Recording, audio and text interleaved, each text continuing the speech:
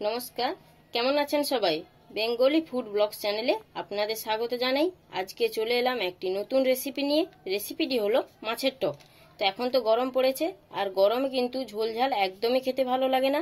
আর সে জায়গায় যদি টক হয় তাহলে তো আর কোনো কথাই হয় না।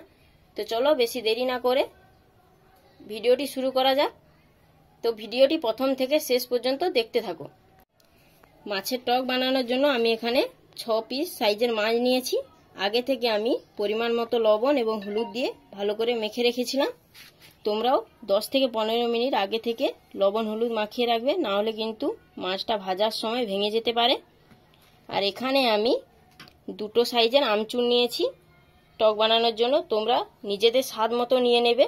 আমি এখানে 2টোতেই আমার ঠিক আছে। এর থেকে বেশি নিলে বেশি পরিমাণ টক হয়ে যাবে। তোমরা নিজেদের স্বাদ মতো নিয়ে নেবে। আর টকের জন্য আলটিমেট যেটা দরকার সেটা হচ্ছে সর্ষে বাটা। আমি আগে থেকে সর্ষে বেটে রেখেছিলাম। টকে সর্ষে বাটা না দিলে কিন্তু টকটা একদমই খেতে ভালো লাগবে না। তো চলো, ওভেনে কড়াই বসিয়ে দিয়েছি। কড়াইটা হালকা গরম হয়ে গেছে। এবারে আমি পরিমাণ মতো সাদা তেল দিয়ে দিচ্ছি। আমি এখানে সাদা তেল ব্যবহার করছি, তোমরা চাইলে সর্ষে তেলও ব্যবহার করতে পারো। যেহেতু এটা মাছ ভাজা হবে তাই তেলটাকে খুব ভালো করে গরম করতে হবে, না হলে কিন্তু মাছগুলো ভেঙে যেতে পারে। তো 2 থেকে 3 মিনিট ভালো করে গরম করে নিচ্ছি।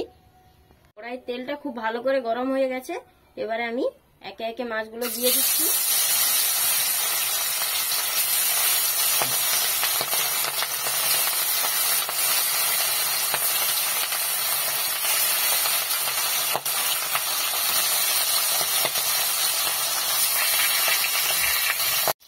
মাছগুলো আমার লাল লাল করে ভাজা হয়ে গেছে।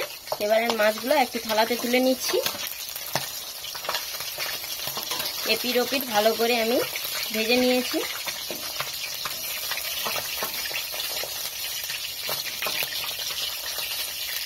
মাছগুলো আমি তুলে নিয়েছি। এই তেলে আমি গোটা কয়েক ফোড়ন দিয়ে দিচ্ছি, গোটা কয়েক জিরে, একটা শুকনো লঙ্কা, 1 চামচ পরিমাণ হলুদ গুঁড়ো। এদিকে যে আমচুরটা রেখেছি এখানে যে আমচুরটা রেখেছিলাম তাতে অল্প পরিমাণ জল দিয়ে আমি হাত দিয়ে ভালো করে মেখে নিয়েছি। এবারে আমি এই জলটা কড়াইতে ঢেলে দেব।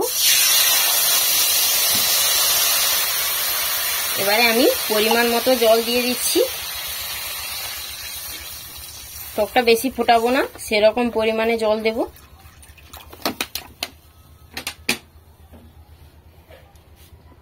এবার টকটা 2 থেকে 3 মিনিট ভালো করে ফুটিয়ে নেব। জলটা ফুটে উঠতে শুরু করেছে। এবার দিয়ে দেবো ভেজে রাখা মাছগুলো।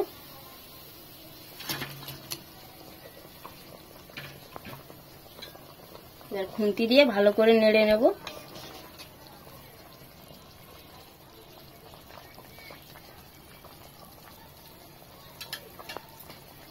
এবারে পরিমাণ মতো লবণ দিয়ে দেব।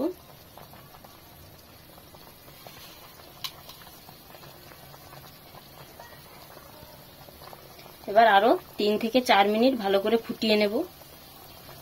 3 থেকে 4 মিনিট ভালো করে ফুটে গেছে। এবারে আমি দিয়ে দেব বেটে রাখা সর্ষে।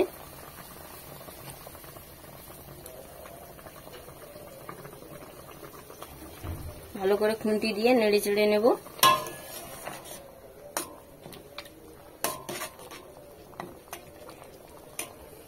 সর্ষে দেওয়ার পরে কিন্তু বেশি সময় ফোটালে টকটা তেতো লাগবে, তাই আরো 2 থেকে 3 মিনিট ভালো করে ফুটিয়ে নেব।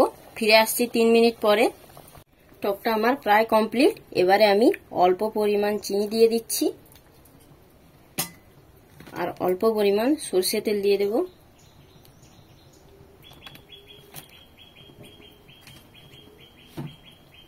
ভালো করে এবার নেড়ে নেব।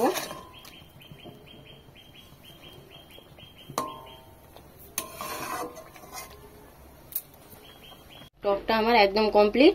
এবারে আমি গ্যাসটা অফ করে দিচ্ছি।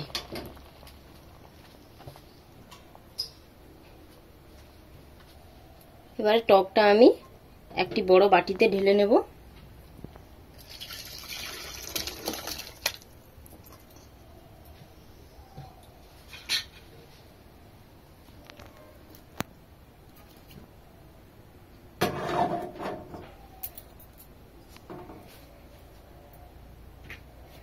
দেখো বন্ধুরা কত সুন্দর দেখতে হয়েছে, আর দেখেই বুঝতে পারছো কত সুন্দর খেতে লাগবে। ভিডিওটি ভালো লাগলে তোমরাও বাড়িতে বানিয়ে খাবে। এবং ভিডিওটি তাহলে আমি এখানেই শেষ করছি। সবাই ভালো থাকবেন, সুস্থ থাকবেন, সাবধানে থাকবেন। ভিডিওটা কেমন লাগলো সেটা আমাকে অবশ্যই কমেন্টে জানাবেন। আর ভালো লাগলে ভিডিওটি লাইক ও শেয়ার করবেন, চ্যানেলটি সাবস্ক্রাইব করবেন। আবার ফিরে আসবো একটি নতুন রেসিপি নিয়ে। নমস্কার।